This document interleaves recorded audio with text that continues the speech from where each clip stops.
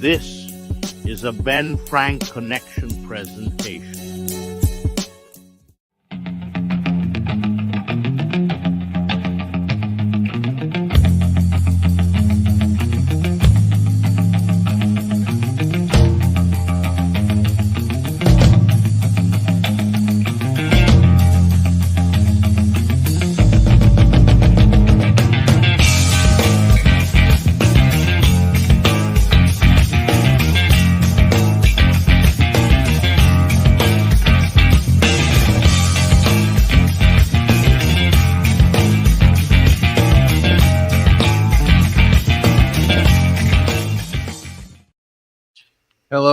Hello. What's going on? Hi. What's happening? Hey. Welcome back. So here we are again. It is another Sunday. It is June 9th. And that means that it's another brand new episode of the Opinion City Podcast. Indeed. I'm King Ralph. He's Parmesan. And we're here today. Got a great show for you.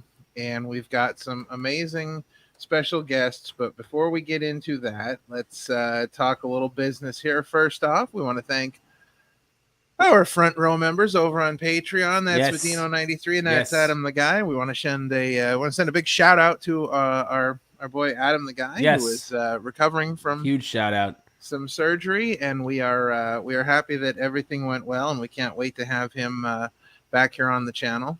Speaking of which, and we can kind of talk a little bit about this now, and I didn't really bring this up to you earlier, Sean, but I'm going to tell you about it now. So, we got some big plans coming up here for not only the channel, but we got some big plans coming up for the Ben Frank Connection. We're going to be hopefully bringing in some new folks, and once our boy Adam gets fully recovered, and we have another member who's going to be joining our ranks here soon. A friend of mine from high school, Jeff, is going to be joining us as well soon to provide some extra opinions to the Opinion City.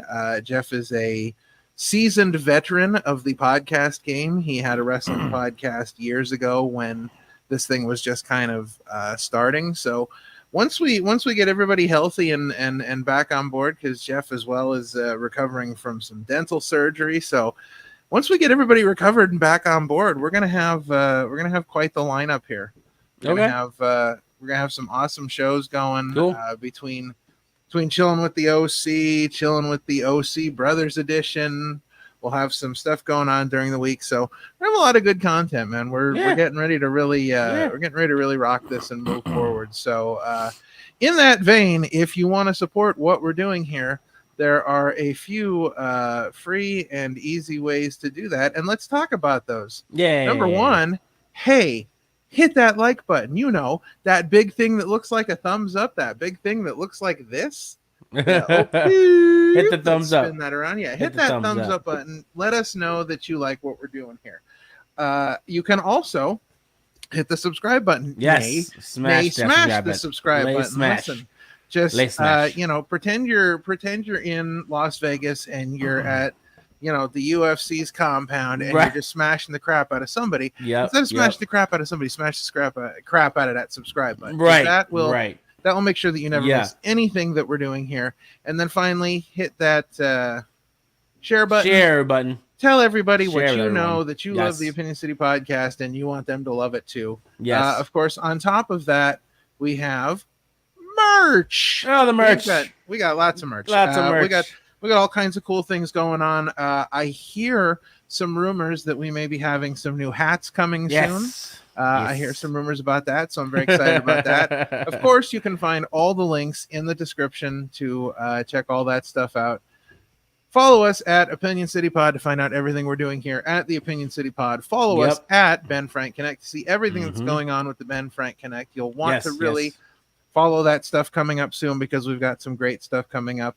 And then finally, and most importantly, follow and support our guests. Follow and support I the can't, guests, I all of can't them. say that enough today because Yeah. there are amazing things that our guests are doing today, Yes. and so you want to make sure that you follow them. So Right. here we are, Sean. While we're here right now, why don't you tell everyone who our guests are today? Because I'm super excited about this. I've wanted to talk to these dudes for a long time. I can't tell you how much I've wanted to talk to these guys and just find out why are you laughing? What is so funny?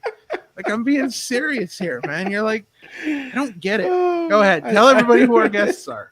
We were supposed to have a guest on due to personal reasons. They had to postpone. We will hopefully get them on soon. Yes. But today, you're talking to us. Who? Us? You're talking to us. Oh, we're the guests of our own show. Bing. We we are the guests. No, we yeah. That's why I was laughing. We are the guests of the show today. You get us today. Personal things are more important than anything else. So hopefully, things are going well with Nixie, and we'll talk to her soon. Yeah, but this week we decided instead we're going to go over some Battleground, and as well as maybe some of the Clash of the Castle matches that have been confirmed. Sure. And then we're going to go into like our top 5 opinions about people who we think would be a good run in NXT.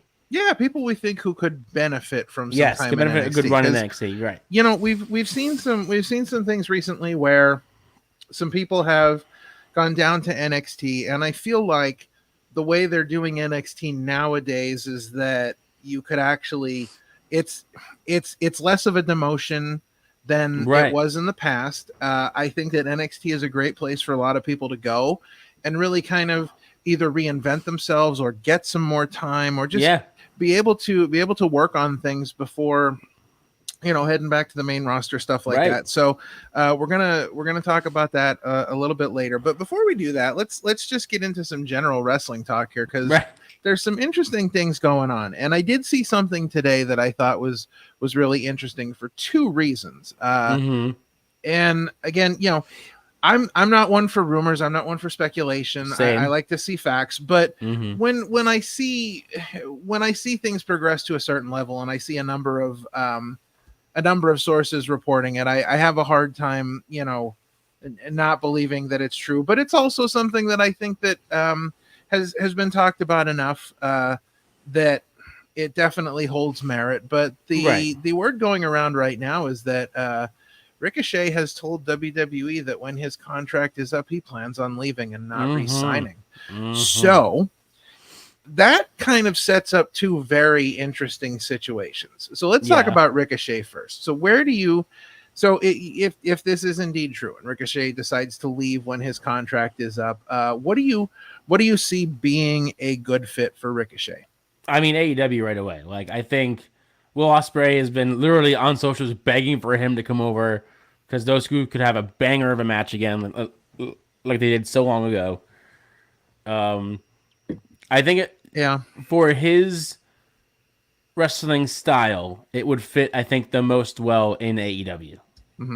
So, my concern would be more so Samantha Irvin. Where does that leave her? Does she hold on and follow Ricochet, or does she stay with it with WWE?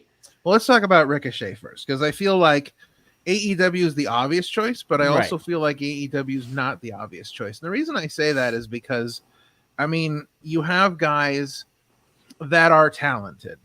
For example, a Malachi Black, a Keith Lee. And they go to AEW where we're all expecting them to get this huge push. Now, initially, we saw a good bit of Keith Lee. We saw Malachi Black form the House of Black, but we've gone quite some time without really seeing either one of them featured. And so my concern is that we would have a guy like Ricochet go over there and get this initial push and get this initial sort of, start to his career over there. And then all of a sudden not really get the treatment that he deserves. Now, if that's the case, if AEW might not be the best fit for him, if he might be going from being a medium-sized fish in a large pond to a non-existent fish in a large pond, where does he go? Because then you would start to say to yourself, well, TNA might be the next logical choice. But if everything's going down with TNA the way that it's supposedly going down, we could see WWE get very involved in TNA, almost to the point where, we're rapidly talking about the possibility of WWE purchasing TNA. So, there's a lot there. Right. If I were to really pick something right now, I would say that Ricochet should go have a run in New Japan. I'd love to see Ricochet go over there and have like a massive run and then kind of come over to AEW, because I feel like he could go the Jericho route. I feel like he could kind of reinvent himself a little bit, kind of get back to his more indie roots, go over to New Japan, and then come back to AEW with this huge current massive history, right? With this big run in New Japan, and then kind of maybe position himself a little bit better in AEW. So I think AEW should be his eventual goal. Again, my only concern is that if he goes to AEW right away, he may get buried, or even worse. There is something worse than getting buried in AEW. It's going to AEW and getting stuck on Ring of Honor. I feel like that's even worse than getting buried, because like at least if you're getting buried, you can hope for, maybe I'll get something on like, Collision or Rampage. If you go to Ring of Honor, even if you do well, you're stuck behind that paywall.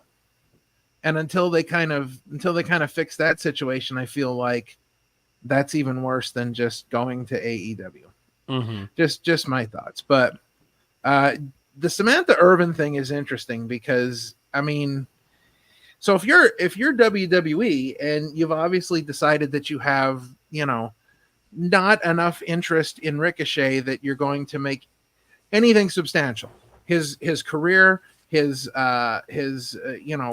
matches, you're not going to put out the kind of money it's going to take to get him to stay.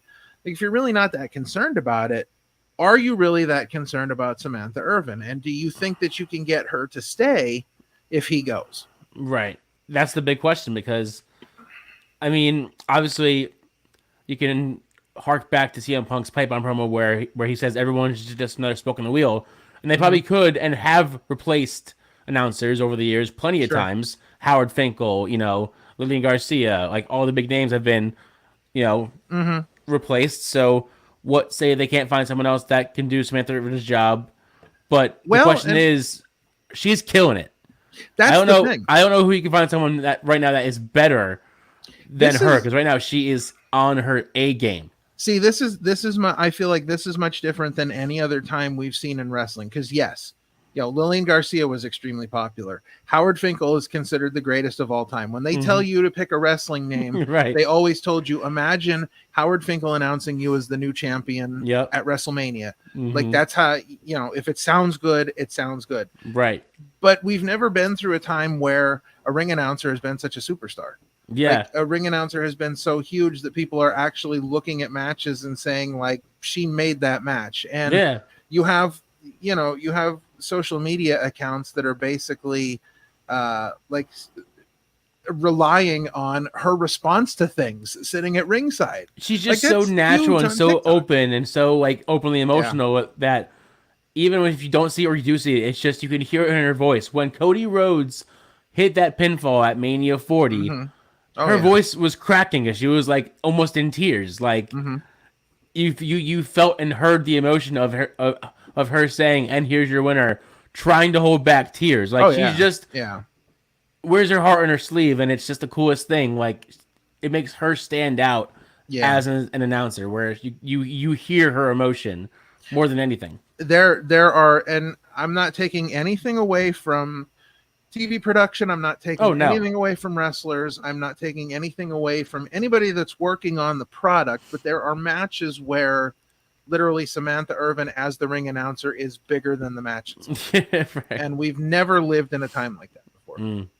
We've never had that be the case. I mean, even at, you talk about Stone Cold Steve Austin always talked about, for example, how like Jim Ross. If he hadn't been on the call, it wouldn't have been the same. Right. And there's times like that, but I don't think we've ever gotten to the point where we could legitimately sit here and say that ring announcer was bigger than that match. Mm-hmm. So I think they're in a real bind here.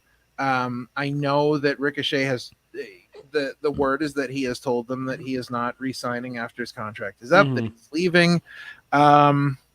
I mean, is this a case where we see them make last ditch efforts and, like, you know, throw the kitchen sink at him to keep him to stay? Because I mean, honestly, we've been talking about this for a while. Like, is WWE really going to push him and do what they can to keep him to stay, just so they can keep Samantha Urban?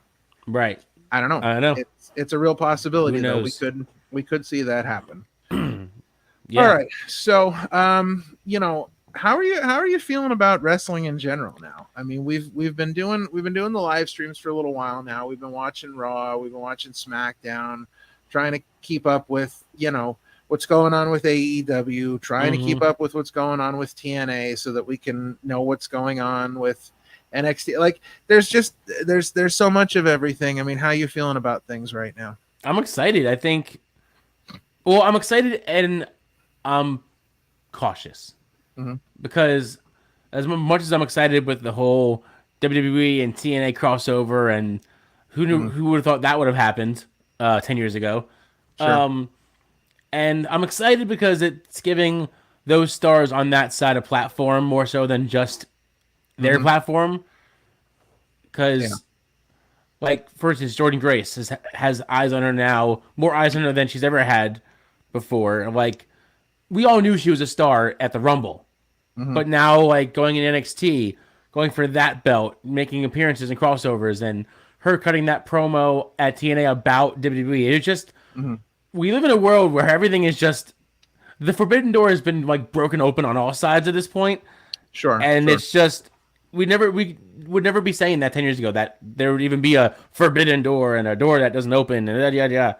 Sure. So, I'm just nervous that, like you said, WWE would buy out TNA, and my nervousness would be whether or not they would keep it as a separate show still, or they would just buy it out and just wreck house and just leave, like how they used to. But it's a new era.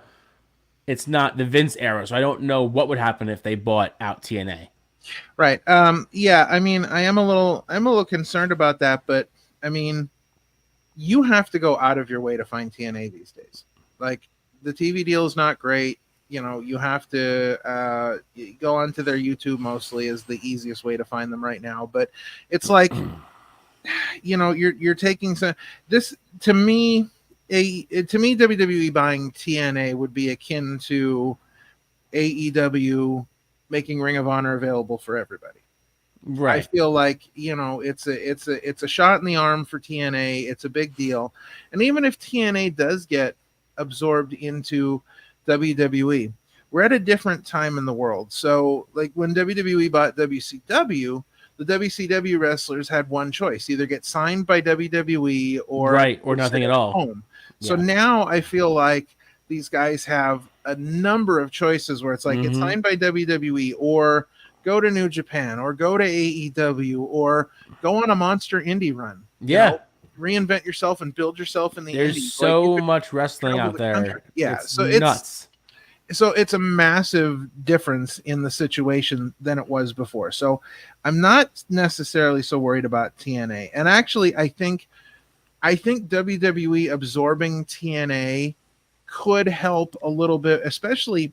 And again, I'm all for them continuing TNA, continuing it as a show, continuing it as a brand, but at the same time, like, you got to kill yourself to keep up with everything. So if WWE absorbs TNA, yeah, we may lose some of the TNA wrestlers that we see. They may go other places. They may go to the indies. They may do all kinds of things. But I feel like it might actually make it a little easier for the fan to try and keep up with everything. I mean, honestly, if they were to absorb TNA, right, but say we're going to keep you as your brand, we're just going to, you know, keep the lights on, basically, kind of a thing. Like, we're here to help you keep the lights on, that way your wrestlers can wrestle. But I would say, what if, in akin to like how NXT used to be, they moved TNA to a streaming service, And that way, say it goes to Peacock, you can watch TNA on Peacock live, Thursday nights on Peacock. Or hell, if they go to to Netflix and do that one, it'll be on Netflix every Thursday, 8:00. So that's an interesting thought, because I've been thinking about that too. And one of the things that I've really been contemplating is, what does this Raw moving to Netflix mean? And so what I think, because AEW obviously does not have any sort of streaming deal right now, and they may be looking to set something up in the future, but it doesn't seem like that's a real priority for them right now. So what I've been thinking is that I think that Raw going to Netflix is the start of WWE wanting to transition everything over to streaming. I think within the next 2-3 years, we are going to see all of WWE's content go streaming. I don't think we're going to see the television deals anymore. I don't think we're going to see, I think we're going to see everything go streaming. And this could be WWE's way to get back into, the idea of the WWE network as a whole. Being able to take everything streaming, because eventually the pay-per-view or the content deal is going to run out with Peacock. So who knows what's going to happen there? I mean, what if Netflix wants to become a major player? See, sports and streaming is becoming such a huge thing right now. It is. All these companies banding together to start sports networks, and WWE obviously wants to get in on that somewhere, because it's not just, again, if this was WWE 5-10 years ago, we wouldn't be having this conversation, but because it's TKO, because it's Endeavor, because it's UFC, I could see a complete streaming network where it's all WWE and UFC content. There's so many possibilities, and I think that this Raw going to Netflix is really kind of the first stage. I think they have a huge plan to get all WWE content over to streaming. And I think that's where wrestling's heading. I don't, again, we talked about this before, but I don't see anybody buying traditional pay-per-views on a regular basis. Who's got $40 to spend a month anymore? You can spend $10 and get all the content you're getting. And companies like AEW and even TNA that still work on that traditional pay-per-view model. I think it's all gonna go away eventually, and this is just kind of the start of it. So, speaking of WWE and UFC and crossovers and stuff, why don't we get into the first crossover, if you guys see, if you will, Battleground? It's WWE and the UFC turf, basically. Pretty much. And this could be the start of things, because UFC has shows booked in Florida. I think we're gonna eventually see a UFC show from the Performance Center. This is becoming a thing. So let's look at the card. This is the start of it, if you will. All right, so let's look at the card. What do we got? Let's pull this up. All right, so we're gonna start off. With the 6-man ladder. That's a graphic. 6-man ladder pack. Yep, 6-woman ladder match for the first ever NXT Women's North American Championship. I like how this match was determined by having women compete in the NXT Combine, and then the women in the top 12 had to win qualifying matches to make it to this match. So I do like how they did that. I'm not so much a fan of that. And the only reason I say that is because we're at a point already where we have to follow so much content to be able to keep up with things. And to me that just seemed really convoluted.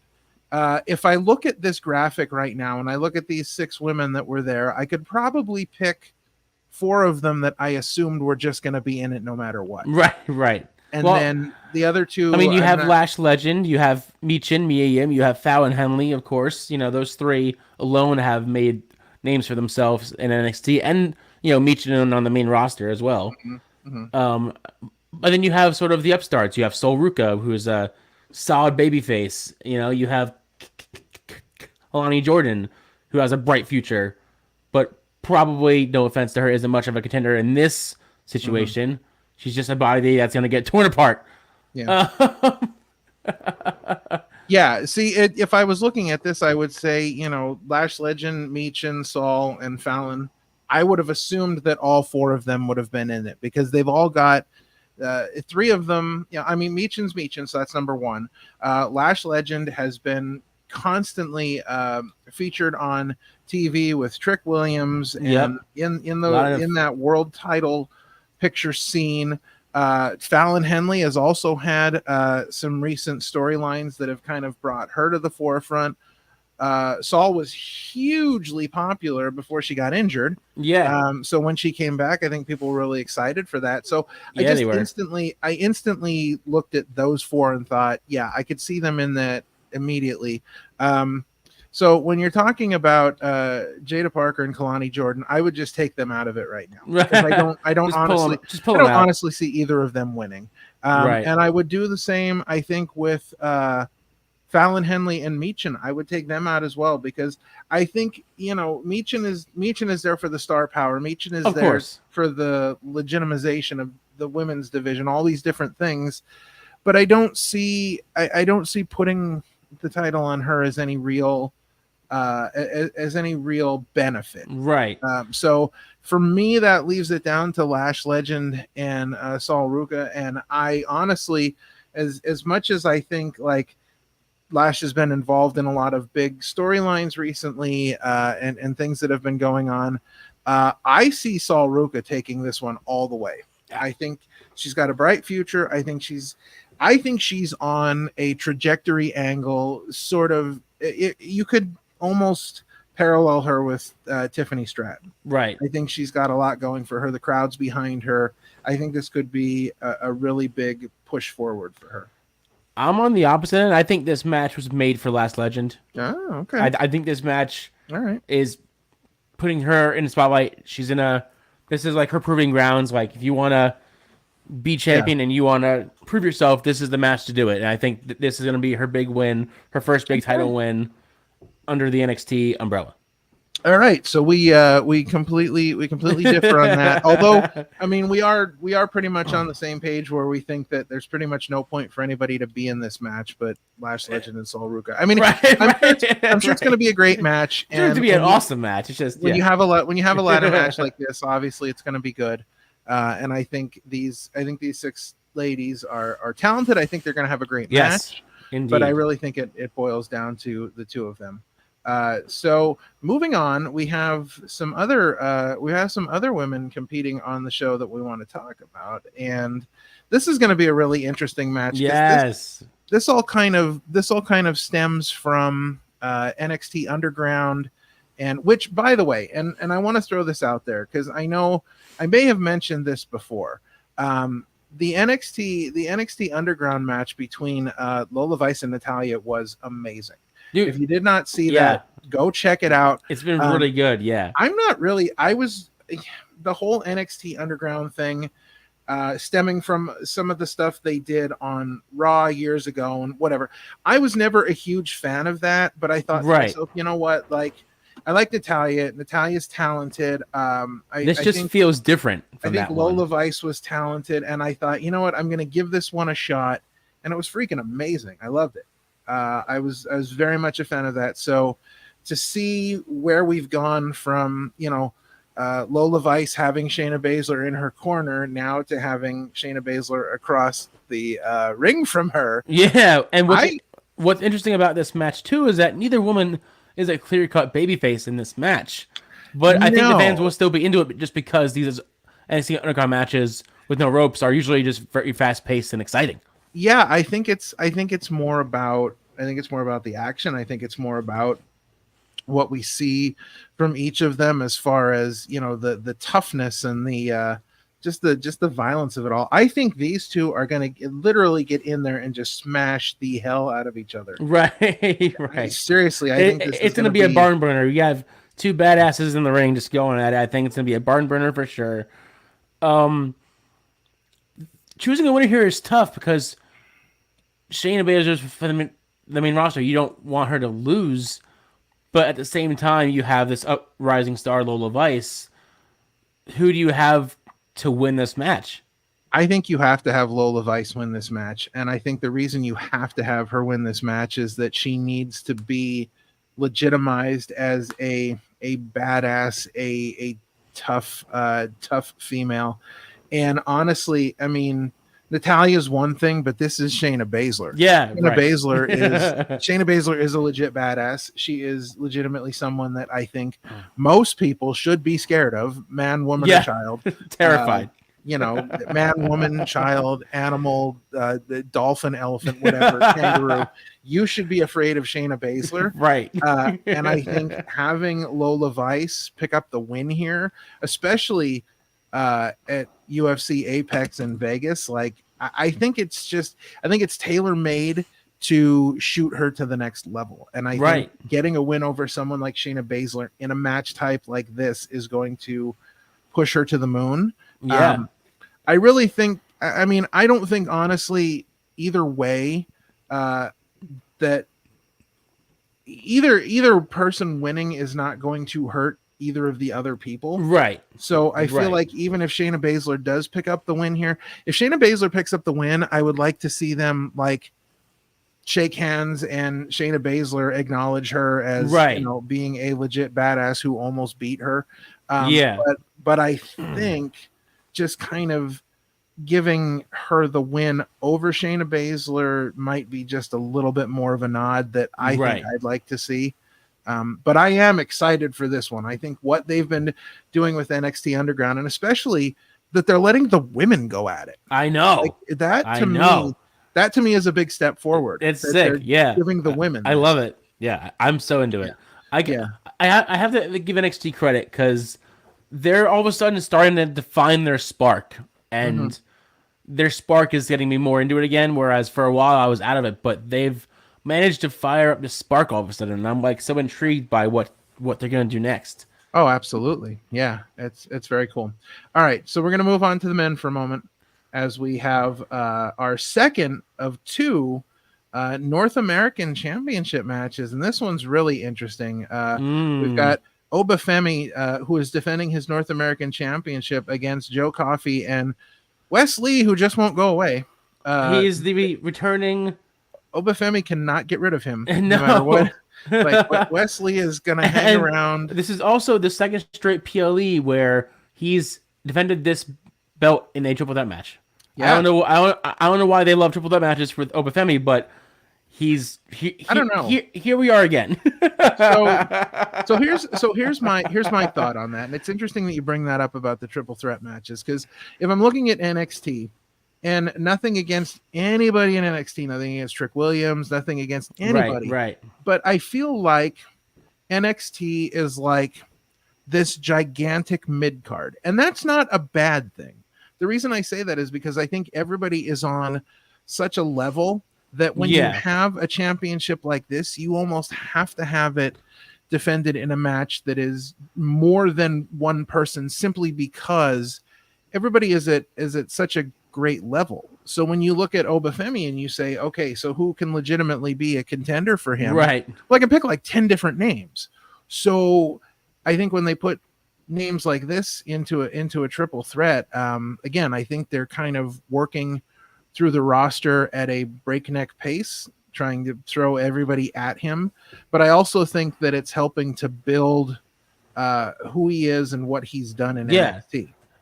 I mean, that match at Stand and Deliver was outstanding.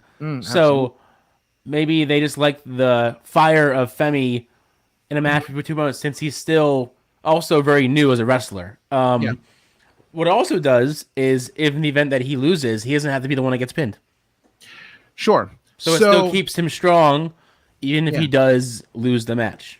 So I like this match a lot. I like Joe Coffey. I think he is super talented in the ring. So talented. I think Obafemi has just been killing it as champion. And Wesley, I am to this point, I am surprised that Wesley is still in NXT. He was one of my picks to get drafted to the main roster this year. I really definitely should have been. Definitely should have been. I mean, I really felt like he was so talented. I mean, when he was in the Rascals in Impact, again, so talented. Like the dude has more talent on his pinky than I do.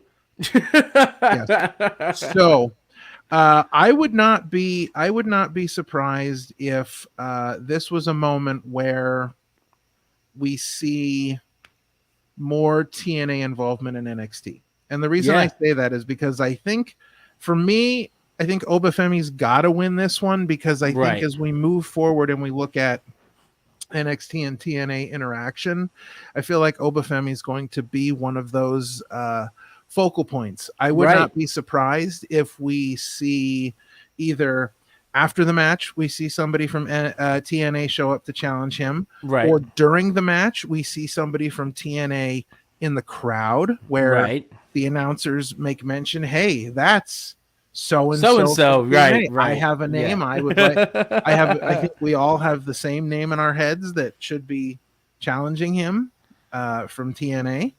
Who's that? Moose? Yes. Yeah, I got it right. I think we all think that same thing. So I could definitely see Moose being there tonight and somehow getting not necessarily involved, but getting an interaction with Obafemi at some point to move that on. But I do think Obafemi has to win this one, because I think he's going to be a big focal point in this TNA and NXT interaction stuff moving forward. Jordan Grace even confirmed it, how like Moose was like, why? Even Moose wanted in. He was like, "Get me in there. I want to go in there. What are you doing? Like, get me in NXT." It's crazy. It's gonna happen. And interestingly enough, so are we all on the same page about Obafemi on this one? Do you think he's gonna, or do you think somebody else has got it? I think maybe it's more fantasy booking, and probably is, because now that they're crossing over, who knows what could happen. But I could see Wesley winning with the help of the reuniting of the Rascals. Oh, that would be interesting. I would be okay with that. That might be the only way I'd be okay with Obafemi losing. Because again, I think Obafemi's a big part of. He's absolutely TNA NXT thing. But that would be an interesting storyline. That's more of me fantasy booking than actually winning. But I do think it's possible that they could have Wesley pull this one out as the person who, quote unquote, never lost his belt, just wins it back. Yeah. All right.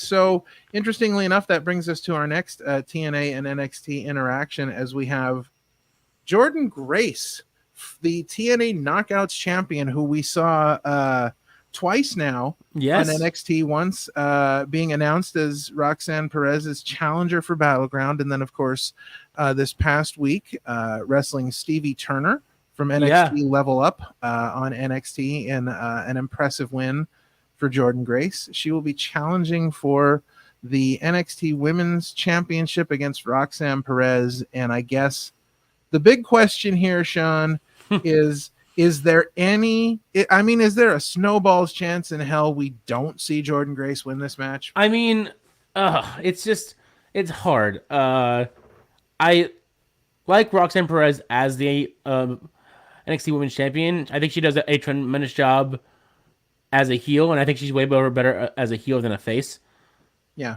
But the more I think about this match, the more it obviously makes sense to have Jordan Grace win the NXT title. And because now you have two belts that are being nationally exposed across brands. Like, she can come in on Thursday holding both the NXT and TNA Knockout Championship on a second show, which I think would be the first time ever it would be switched roles where you see a WWE belt on a different promotion. When was the last time that you can remember that actually happened? When Matt Cardona wore his wife's title at right. I mean, like a real champion, not like a No, that was the real belt. No, I don't think we've ever seen a champion hold titles from two different major promotions like that and be appearing on TV with both titles. I mean, this is all brand new ground for everybody. Oh, this is huge. We have not seen something like this since Medusa showed up on WCW with the women's world title from WWE and threw it in a garbage can. Like, this is new territory. So I feel like this the way that this has to go from a business standpoint, because I think we have to look ahead to the future. This match is not about necessarily this match, but about the future. And right. we've got Against All Odds coming up, where Jordan Grace has an open challenge for the TNA Knockouts Championship. So I feel like giving her the NXT title, having her show up on TNA with that, we're helping to build the Against All Odds pay-per-view. Right. What we're really doing here and what's going to happen there. And I'll guarantee you that if Roxanne Perez loses this title tonight, she's going to have something to do with Against All Odds. I don't think she'll be the I'm not 100% sure that I think she'll be the challenger, because I think that's too on the nose. But if she is the challenger, she then has to win that TNA title. Right. It'll be great to see her be the open challenge, accepting the open challenge with her TNA history. Right. So there's a lot there that I think could be really good, and switching the titles between the two would be really interesting. It would be interesting. I just think to see people's heads explode. It's just crazy because, like, yes, we've seen the Knockout Championship on WWE multiple times now, even with Mickie James holding it to the ring for the Rumble. Yeah. But having the roles reversed, I think, is so much bigger in this landscape of things, because, again, when was the last time you can physically remember a WWE belt not being on WWE TV? Yeah, like that to me is the crazy part. Yeah, I don't know. It's really interesting. There's so many layers to this, because it's not just about it's not just about what we're seeing in the ring in this match. There's so much more to it. Right. Because again, we're looking forward to what is going to continue to happen between TNA and NXT. So yeah, I think the shock of it is going to be a big part of what goes down with this, because again, I think they're going to be making moves to really shock people, open people's eyes, and this is going to be, I think, because TNA has worked with AEW previously. Yep. And it did not work out. It did not benefit TNA as much as it should have. So I think this is really a point, because if TNA was working with Raw or SmackDown, it'd be one thing. But I think with TNA working with NXT, I think that there's a mutual beneficial. They're going to mutually benefit from it. Right. Right. So I think it's going to be really good for TNA. I think it's going to help sell a lot of TNA pay-per-views. I think it's going to be really good for both television programming, because I think this is just the start. We are just dipping our toe in the water here. Yeah. I feel like there's a lot that really could be done with this, but I don't think there's any way Roxanne Perez leaves with that title tonight. Right. Unless, who knows? There could be, and this, I'm just throwing this out there, but there could be, somebody from TNA could show up to, maybe cost Jordan Grace the match. Right. That could be a thing too. Yeah. We don't know. You never know. There's so many possibilities, and I love the fact I'm here for it. Everybody's so, like, everybody behind the scenes is so open to making this such a big thing. So I'm so excited to see where it goes from here. Me too. All right. Before we get to the main event, we don't want to miss out on a match. No. We have the NXT tag titles on the line. Yeah. We have the OC taking on Axiom and Nathan Frazier. Now, the OC has been bullying these guys for weeks. Mm-hmm. These guys are bullies. They are just been, I think this is going to be a revenge match, and I think Axiom and Nathan Frazier are retaining their belts because these bullies have been bullying them over the last month or so. The story so far is that Gallows and Anderson have won titles nearly everywhere that they have been. Mm-hmm. So they come into this match as legit threats to win those titles. I'm not sure if it's going to happen, but it's possible. I don't see it happening, and the reason that I don't see it happening, I mean, I like the tag team of Nathan Frazier and Axiom. I enjoy them. I think they're very talented. I think they're very good for the NXT brand. I think it would be a huge shock for the OC to win this one. I don't see it happening because I think that in the grand scheme of things, I think there are bigger plans for the OC, and I think there are bigger plans for the OC as it relates to AJ Styles. Right. Right.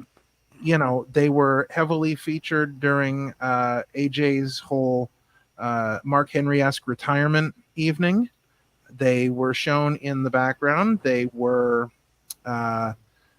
helping to keep people back as AJ was pummeling. So I think that there's more there. So I'm not 100% sure that I don't see really this NXT run for them. I think has just been something to do with them for now. Right. And I think it's been to help NXT more than it has been to really do anything for them. So I don't see any big title changes there. No. And of course, the last but not least, the main event of the show, the debuting Ethan Page, All Ego, versus Trick Williams for the NXT Championship. I hate to say it, but I do not see Ethan Page winning this match. I don't either. No, this is 100% going to be a Trick Williams win. It is way too soon. Way too soon. After what they've done to build up Trick Williams, it's way too soon. This is a great way to get Ethan Page into the match, or I mean into NXT. Yes, get him. You know, introduce them to who All Ego is. It's because it's like they say with WWE and AEW, not everyone may know who Ethan Page is. Because not everyone watches AEW. Yeah, definitely. So, yeah, I think it's a great way to do that. I think that we will probably see. I mean, I don't know if we'll get a clean win from Trick Williams out of this one because I think it might be they may shenanigans. Try to. Yeah, because I think they may be trying to prolong this feud a little bit. I mean, I would. Hell, they're both so talented. I think. Depending on how this match goes, they can do a feud and it'd be a really good feud. And how quickly they again, they did the same thing with Jordan Grace. Yeah, they made these matches very quickly. Yes. So I mean, less than 2 weeks before the show, like here we are making matches, and so I get that. I think it's a good way to get him introduced to the audience. Mm-hmm. Get to see him on that stage in the title match, but. I definitely think there's probably going to be some shenanigans involved to get it to the next level. Yeah. So, of course, NXT Battleground tonight, 8 p.m. Eastern Standard Time over on Peacock. Check it out. I don't know if there's a pre-show. There usually is. So there probably is, but I don't think they have any matches announced for the pre-show. So. No, the NXT. I don't think NXT usually does matches for their pre-shows like the. It's been a while. Yeah. So. But needless to say, show starts at 8:00 tonight Eastern Standard Time from the UFC Apex in Las Vegas. So that alone is a reason to watch. But this NXT and TNA collaboration is just getting started, and this is the big. I feel like the kickoff to all of that. So definitely a show you're not going to want to miss. Interestingly enough, I feel like Clash at the Castle has also become a show that we don't want to miss for a number of reasons. But that's next weekend. That's next weekend. We've got 4 announced matches. We're going to run over those quickly.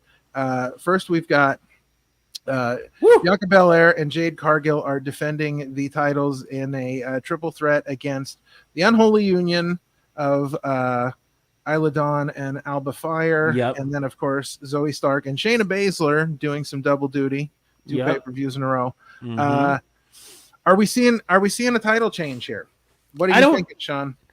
See, the only way I can see if there's a title change at all is if they finally just pull the trigger and do the heel turn. They just say, screw it, let's pull the trigger. But I think, again, the swerve needs to be Bianca needs to be the one that turns heel. Whatever it happens, if it's now or if it's in a few months from now, Bianca needs to be the one that does the heel turn to Jade, not the other way around. So I feel like what we could do here, because I see Alba Fire and Isla Dawn picking up the win here. Oh, really? I see them becoming the new tag team champions, and then Bianca and Jade get their rematch, and Jade takes the fall. They lose their rematch, and then Bianca turns on her, and they start the build up for SummerSlam with Bianca and Jade. Okay, so you see them doing Jade versus Bianca at SummerSlam. I think so, yeah. Because I think it's gonna be a huge show. I think SummerSlam's really gonna be there. I think they're putting a lot into this one, especially with everything they've done with it being in Cleveland and Logan Paul and all these different things. I feel like they're really putting a lot of effort into that. So I think SummerSlam's gonna be a big show. Mm-hmm. So I see the Unholy Union getting the win on this one. And then we also have Bailey versus Piper Niven. I see no chance, and this is I think chance. I think Piper Niven's great. She's great. She's great. I love Piper Niven, but I see no chance in Bailey losing the title here simply because again it's too soon for a title change. Yeah, it's hard when you have such big wins at Mania. Then afterwards, it's like okay, you have to set up all these feuds now, but like, yeah, you have to somehow make people suspend their disbelief that someone might not win, but. So far, like Piper Niven's not going to win. Like it's just like it's not going to happen. First off, there's not enough buildup. There's no real real story here. Like we're not seeing enough to really warrant. You know, if she won the title, nobody would care. They wouldn't be invested because there's no buildup. Right. All right. Speaking of buildup, though. Well, hold on. Before we talk about that, I want to talk about this match next because even though this is the main event, I don't feel like this is the main event for me. This is not the match I'm most interested in on the card. Like if I was going to book this show, I know the world title is supposed to go last, but this is not the match that's most interesting to me. However, I mean, there has been a decent build up to this match. We saw the match in France, which was great. I mean, it was great. It was really good. AJ Styles and Cody Rhodes just tore it down. Yeah. But here again, we have AJ getting another shot at the title. Do we see anything at all happening? I mean, do we see any title changes? I don't. I think it would be interesting if there was, because then I guess you would see things from a different light because because you have this 2-year build for Cody doing the belt, only for him to lose it less than a few months later to AJ Styles. Like, it would almost seem like, did they have this planned all along? Was Cody only a transitional champion? Like, so many questions you could ask, but I don't see that happening. I see Cody winning again. I don't see him losing. Well, and for me, it's like, if you were going to make the title switch, why not? If you didn't do it in France, why do it here? Right. What's the benefit? So we do actually, honestly, we have 2 more matches because we did forget about one. It's so okay. Let's talk about this one next because this is the match I want to see. this to me is the most interesting match here because this is the main event for me. We talk about guys that won their titles at Mania, and we talk about it being too soon for people to get switched over. Right. A lot of things outside of the ring may be influencing what happens in this match. Yeah. So, do you see Chad Gable taking the title? I think yes, only because I think he's another one where his contract is expiring soon, and I think, and I hate to say this because he deserves it more than anything, but I think in order to give him that bone and have him stay, they might have offered him the belt if he resigns. I'm not saying that he doesn't deserve it because he absolutely deserves it, but I think that may be a reason why he does win it is because they're like, hey, we want you to stay. Here's a belt. Like, I 100% disagree. But I want Chad Gable to win. I do think he's going to stay. I do think he's going to resign, and I do think he's going to lose. And I think that this is going to be the start of a massive internal breakdown from him, where I think we are going to start to see. I think we're going to start to see the rebuilding of the Alpha Academy under Chad Gable's tutelage. I feel like he's going to get rid of everybody. I feel like he's going to bring in the Creed brothers, who are also going to snap after losing another match. I think it's going to take. I think they're going to bond. I think what's going to happen is he's going to start to bring the Creed brothers into the Alpha Academy, and then he's just going to have the Creed brothers go out and destroy Otis and Akira Tozawa. I feel like this is going to be the point because I feel like we're building up towards something massive at SummerSlam with Sammy and Chad. I think that's the money spot to make the title change, and I think they have worked out. If in my mind, I believe that they have probably worked out a program to get Chad and Sammy to SummerSlam, and make the title change there. Gotcha. So that's my thought. I don't think he's winning this one. Now, and how did we forget about this match? when talking about all of the matches, I know. we simply forgot about the Damian match. Priest defending his title against Drew McIntyre. Are we seeing the title change here? This is it happening? is the one that I think should be last, honestly. And I know the WWE belt is like their baby, but if you want I think this might be last. If you want to put Damian on the map, if you want to put that belt on the map, you put that match on last. You make that the main event of the show, and you let those two just go to war. Just go at it. Give them like 20, 30 minutes to prove that. Obviously, we know Drew's good, but to prove Damian's worth and prove that he is worthy of this belt. So with that being said, who do you have winning this one and how? I think Damian wins with the help of shenanigans. I think even though he said in an interview that he might get jumped, I think we see CM Punk come out there and once again cost Drew the match at the expense of his own health risk and safety of being jumped. I disagree. I see it happening another way. I see CM Punk actually coming out and helping Drew win. And here's why. Yes, here's why. It makes perfect sense. So he comes out and he helps Drew win because he wants a title shot against Drew. He doesn't just want to beat Drew. He wants to beat Drew for that title. So he helps Drew win that title. But what that inadvertently does is now starts a feud between CM Punk and Damian Priest. Right. So now that gets Damian a way to get his foot in the door to say, hey, I didn't lose this title. I should not have lost this title. CM Punk cost me. And I think that sets up a triple threat for SummerSlam. Where Drew is now, I just don't see Drew. I know it's in Scotland and it's in Glasgow, but I just don't see Damian losing it yet. I just don't. I don't see them. I see they're backed into a corner. I don't see there's any way. But this is what they do: is that they make these matches realizing that they're in a corner, and then they have to figure out how to save it. And I don't think there's any way to get out of Clash at the Castle with Drew not winning that title and somehow saving it. I don't see it. I think there's no way that Drew leaves without that title. I think you're going to see a riot. I think you're going to see a riot. I disagree. Well, in any instance, hopefully they'll add some more matches to the card. I mean, if not, I'd be fine with these five. I've been enjoying their shorter PLEs. Like they're just quick, short, and good versus like a long one that may be slogging and slow and whatever. So yeah, I feel like we're continuously. I feel like we're continuously forgetting about titles when we do pay-per-views. Right.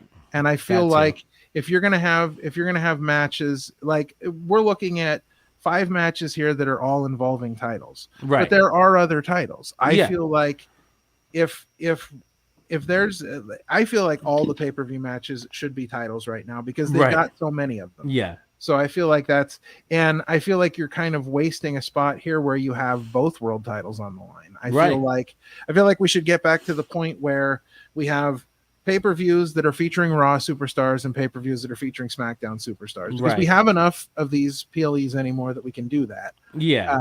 And I feel like that way we make sure that no title feels unimportant. Right.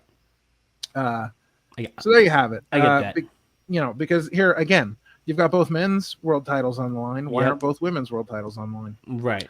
So anyways, so that's our assessment of Battleground. That's our assessment of Clash at the Castle. Yes.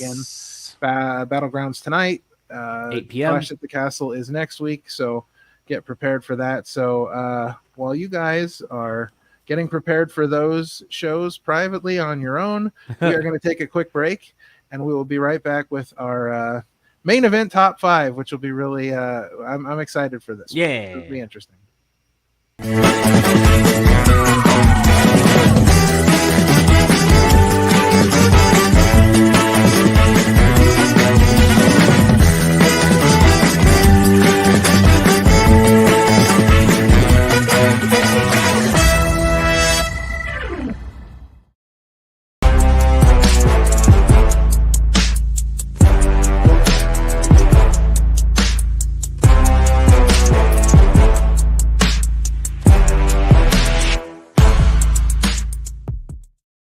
And we're back. Hey, this here we week, we're doing the top 5. This week we decided we're going to do top 5 wrestlers we feel would do good or have a good run or could need a good run in an NXT.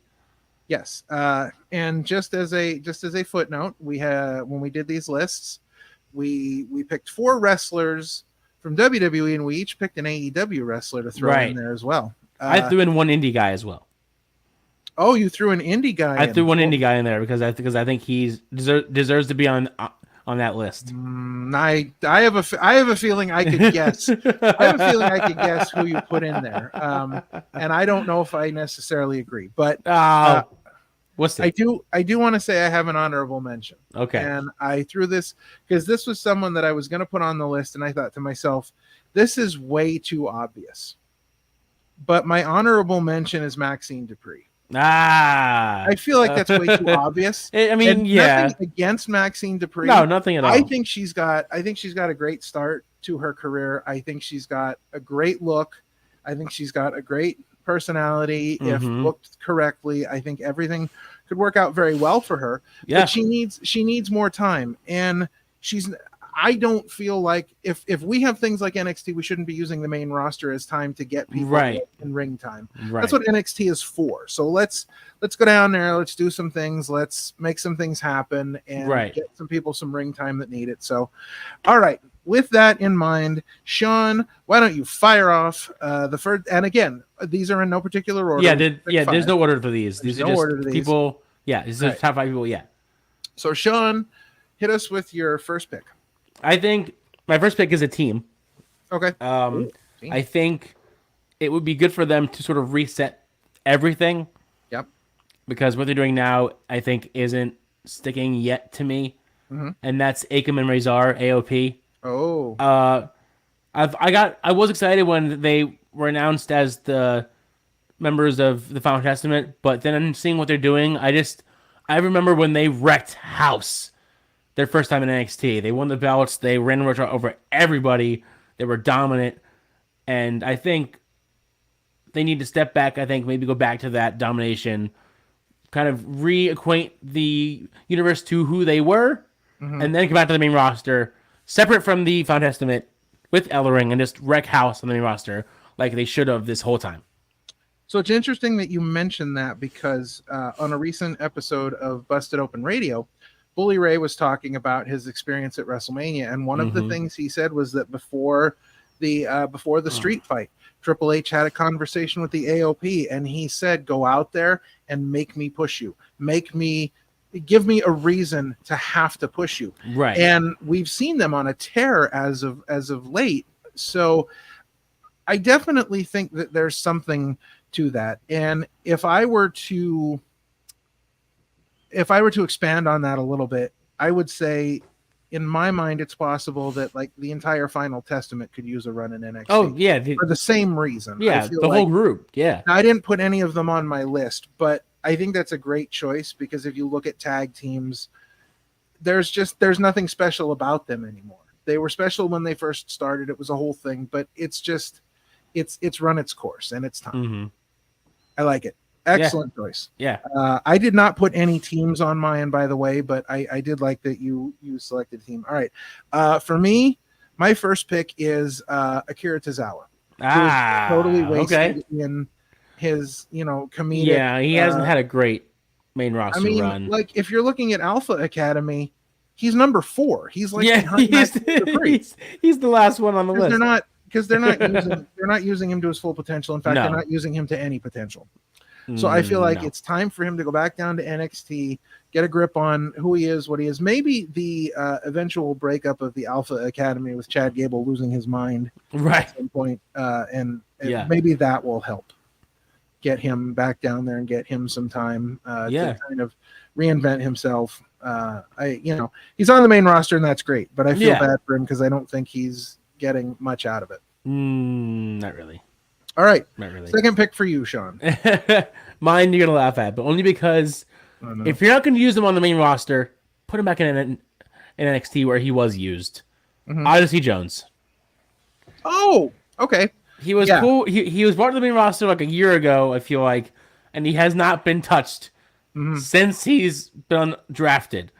if you're not going to use him, put him in NXT. Put him in NXT. Give him Makes some a lot of matches. sense. Give him. He is good and he is talented, but you're not using him. Put him back in NXT. Give him a run with some belts or whatever, or have him go through a tear in NXT again, as he did before. And then when you bring him up this time, actually use him because he is very, very talented. Yeah, I agree. At this point, if you look at NXT, it's almost akin to like the Rampage or Collision of AEW, where guys that may not be getting enough of a look on Dynamite can go over to Rampage or Collision and get a decent look there. So why not take a guy like Odyssey Jones and send him back down, let him get in some, main event storylines and let him get a decent look on TV. Right. I like it. Okay. My second pick is Ivar of the Viking Raiders. Ooh, I actually think the Viking Raiders need a whole retooling to begin with, but I think that Eric being injured has shown that Ivar is a main event player. Ivar has a major singles run in him. He is super talented for a big man, but I feel like the Viking Raiders thing has run its course. I mean, he's lost Eric to injury. He's lost Valhalla. I believe she's pregnant again. So it's like, it's time to, because if he's going to be a big man who does the things that he does, if he's going to be a big man who is in getting the matches that he's getting, because he has had, Sheamus talking about banger after banger. Right. You could say the same exact thing about Ivar since he has been on this singles run, just banger after banger, and really opening people's eyes. But I think he needs a retooling, and I think a run down in NXT where he goes down there and just has a monster run. Could very well it could put him on the same level that Bronson Reed is at now. Because I feel like Ivar and Bronson Reed have very similar styles, very similar looks in the ring, things like that. And I think Ivar could really have a good, because Bronson Reed is finally getting his due. He's finally getting and Ivar could be the same way, but I think he needs a retooling. No longer on this show will we ever say, "Oh, it's Bronson Reed," because we will say that on a tear. We will say that in a good way from now in a great way. It's Bronson Reed. It's Bronson Reed, baby. All right, awesome. All right, Sean, on to your number 3. This one might be divisive, might not be. Who knows? Okay. But I think this is what should have happened because instead we waited over a year, and this is where we're at. Jade Cargill. I know why we signed her to the team roster and why we made her a big deal, but I feel like in the last few matches, she's slowly gotten better, but she's showing her weaknesses. Yeah. And they're becoming blatant at times, to whereas if she had a run in NXT and had that time to build and prepare, maybe we would see less of the weaknesses and more of her strengths. Yeah. So we talked about this same thing with Maxine Dupree. We talked about how the main roster is not the place where you need to get your reps in. Like, it's going to show things. And honestly, I would have been okay if they would have had her in the WrestleMania match and then had her go to NXT, because I don't see that as a demotion at all. No. I don't think fans would either. Not at all. She could have a decent run down in NXT. I mean, look at the run Asuka built in NXT when she was undefeated. Yeah, nobody sees that as any less than what it was. Right. So yeah, she could definitely be a good candidate for a run in NXT. I can totally see her going down there, making a killing, just being dominant, being able to not only train herself but to train the other ones that are younger, that are hungry. Yeah. And they can feed off each other. And then when she comes back to the main roster, she'll be stronger, faster, better than ever. Yeah. So, and I mean, because we talked a little bit about how, like, I thought that we're building up towards Bianca and Jade at SummerSlam. Right. And honestly, I'm a little concerned about that, because I think if you put Jade in the ring with Bianca, it's going to show a lot of weaknesses. Right. I'm worried about that. So that could be, getting her back to NXT could possibly get her ready for that feud. I mean, you could have Bianca Belair. You could book a match between the two of them and literally have Bianca Belair just destroy her in the ring to the point where she's off of TV for like months and then shows up in NXT. I, on the other hand, for number 3, went in a completely different direction. I picked Jade Cargill. Yeah, we're on the We got one. Same page. All right, cool, We got cool, one. cool, cool. All right, let's move on to your number 4. My number 4 is the indie one because, Okay. I mean, I think he already has a big platform, but I think he can use a bigger platform. Plus, they need a dastardly heel, a proper dastardly heel on NXT, and that's Darius Carter. Oh, that's a good one. Yeah. I think he's been killing it in the heel game. He's one of the top indie wrestlers, let alone indie heels in the business. I could see him if he went to NXT, boy. Oh my God, the matches you could see, let alone again, they would have probably the most dastardly heel on NXT to date if you bring in Darius Carter. That's a good pick, and it's interesting because my number 4, in relation to that, I would say that WWE already has their Darius Carter. And here's what I'll say, because my number 4 is going to be surprising, I think. But this is something I've been thinking about for a long time. This goes back to not this past draft, but the previous draft, where I felt like they should have made this move back then, and they didn't. Right. And I think that a lot of people were behind this move happening that didn't. But I believe that WWE has someone right now who is destined to be a singles superstar, is in a tag team, needs to be out of that tag team, because I think if they were a singles wrestler at this point, we would not be having conversations about Damian Priest or Cody Rhodes. We would be having conversations about this person. Okay. Do you have any guesses who it could be? Just no. All right. I think WWE needs to split up the Street Profits and send Montez Ford down to Montez NXT. Ford. I think Montez Ford is the greatest superstar in WWE right now that is not getting his due, that is not getting his singles run, that is not getting his title matches. I think Montez Ford, if you break him away, and you could easily have him, be the heel and split up with the Pride, I guess they call them, right? Yeah. Him and the Street Profits, and yeah. So I could see that 100% happening. I think that he would be amazing as a singles wrestler. I think he is a star in the making, and the added bonus to him is if you decide to turn him heel. At the same time, you turn Bianca Belair heel and you hook them up on screen. I'm dead serious. You the put heel couple. Together. That would be, honestly, I feel like that would be better than the Miz and Maurice. Like, I think it would be a better. I think it would be a better heel couple. I'm telling you right now. You watch within the next 2 years if we see this. We are renaming this podcast the I called it first about Bianca Belair and Montez Ford podcast. I'm just telling you right now. Way too long. I think we'll use abbreviations. All right. So this brings us down to number 5. This will be your AEW pick, and I'm excited to see who you picked. Ricky Starks.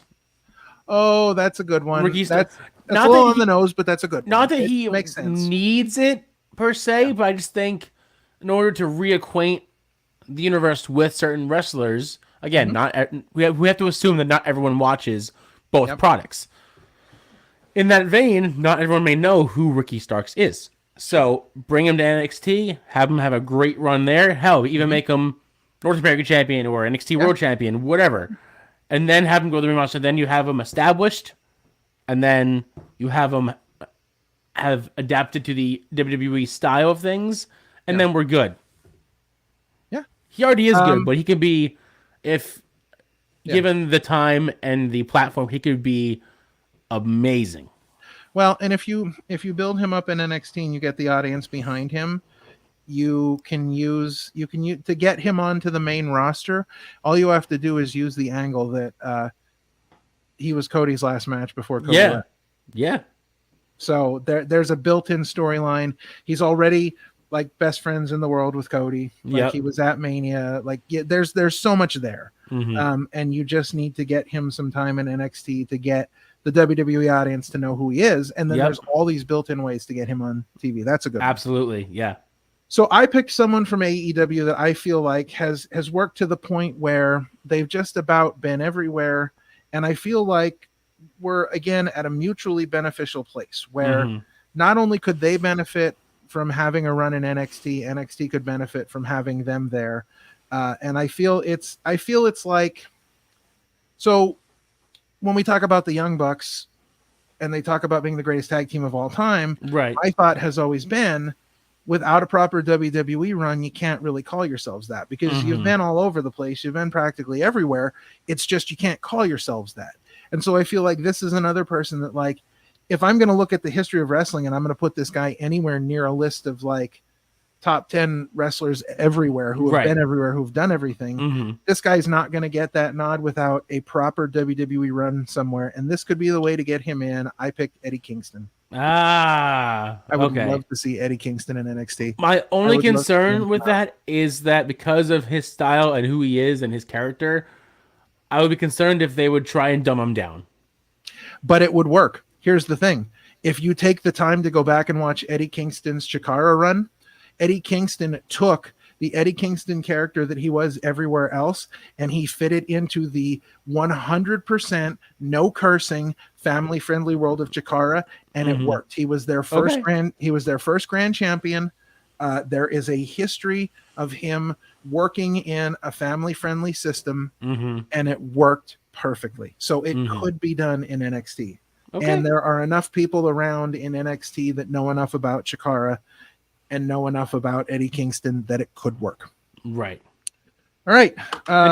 So there you have it. Our impromptu top 5. Yeah. All right. So with that, before we get out of here, we are going to go over some upcoming events. Yes.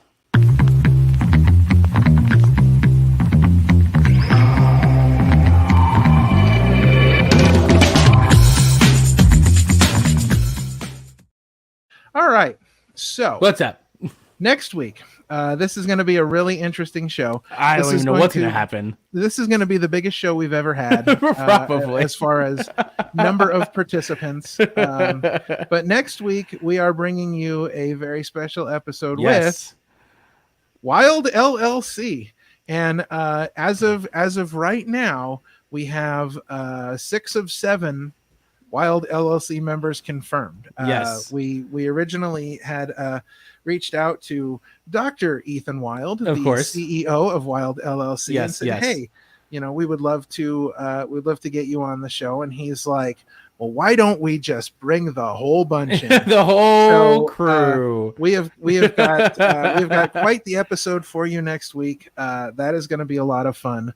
While you are waiting for that episode, go back and check out last week's episode with Mark Raspa Jr. Yes. We had a great time talking to Mark. Again, his first podcast ever, so we were super excited for that. And we had just a great time talking to Mark. He's a lot of fun. He's a great wrestler. If you have not seen Mark in person, go out of your way, get to a Monster Factory show, see Mark. He will be making his way out of the Monster Factory and taking bookings elsewhere very soon, so you may have the opportunity to see him. So definitely go back and check out that interview. This coming week, we have the rescheduled Tabletop Baristas. Episode number 2, Character Creation. So that is coming at you this week. And do not forget that tomorrow night at 7:45 p.m. Eastern Standard Time, you can catch myself and Sean on Chilling with the OC as we slog through the 3-hour fantastic spectacular that is Monday Night Raw. We will be here for all 3 hours, glorious hours, enjoying Raw with you as well. So please, if you're gonna watch Monday Night Raw, hop over and check us out. It should be, as usual, a super fun time. Yes, as always. All right, episode 58 is in the books. We out. Yep, we're you flying by the seat of our pants here, but it was a fun episode. It was. It was nice to just have some time to shoot it up, talk about some wrestling, and make sure you watch Battleground tonight. Then join us for Chilling with the OC tomorrow night, where I'm sure we'll talk all about that and talk about all the aftermath of what happened. If you're listening to this tomorrow, you probably already watched Battleground, so yeah. So you know that all of our picks were probably wrong somehow. I don't know. Probably we probably got one right, but the rest are probably all wrong. Well, anyways. So we will see you guys tomorrow night for Chilling with the OC. Remember to like, subscribe, and share. Yes. Follow us on socials everywhere, and we will see you guys next time. Signing off. This is Ultimo Ann here. You're listening to Opinion City Podcast. Thanks for tuning in. Happy trails to you till we meet again.